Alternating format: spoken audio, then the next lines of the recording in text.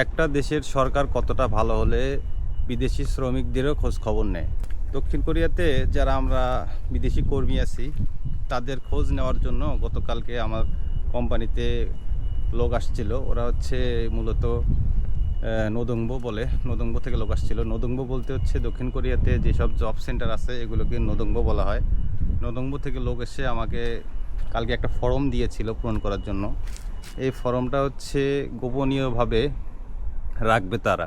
Company আমাদেরকে নিয়ে এসে কোথায় রাখতেছে, এক রুমে একজন করে রাখতেছে কিনা, আমাদের স্বাস্থ্য ঠিক আছে কিনা, মেডিকেল পরীক্ষা করাচ্ছে কিনা, আমাদের ঠিকমতো ট্রেনিং দিচ্ছে কিনা, কোম্পানিতে কোনো প্রকার কাগজ, কোম্পানিতে বেতন আটকায় রাখতেছে কিনা, তারপরে জোর করে কোনো কাজ করাচ্ছে কিনা, সকল বিষয়ে খোঁজ নেওয়ার জন্য গত পরশুদিন এসে আমাদের সব খোঁজ নিয়ে গেছে।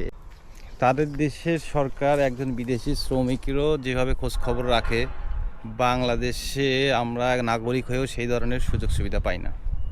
আসলে এখানে একজন শ্রমিক যে সুযোগ সুবিধা পায়, আমরা বাংলাদেশি আমরা নিজের দেশে আমরা সেই সুবিধা পাই না সরকারের কাছ থেকে। আসলে আমাদের দেশ কোথায়? এই হচ্ছে আমাদের দেশের অবস্থা। আমরা আমাদের দেশে নিজেরাই নাগরিক সুবিধাগুলো ঠিকমতো পাই না। এখানে আমরা যারা বিদেশি আছি এবং যারা কোরিয়ার নাগরিক আছে সবাই আমরা সমান পাই, তাদের সরকারের কাছে সবাই আমরা সমান। নাগরিকরা হয়তো একটু সুযোগ সুবিধা বেশি পায়, কিন্তু তারপরেও আমরা তাদের থেকে কোনো অংশে কম না। সব সময় তারা আমাদের খোঁজ খবর রাখে, প্রতি বছর স্বাস্থ্য পরীক্ষা করায়। সবাই ভালো থাকবেন। চঞ্চল সরকার, দক্ষিণ কোরিয়া থেকে। আল্লাহ হাফেজ।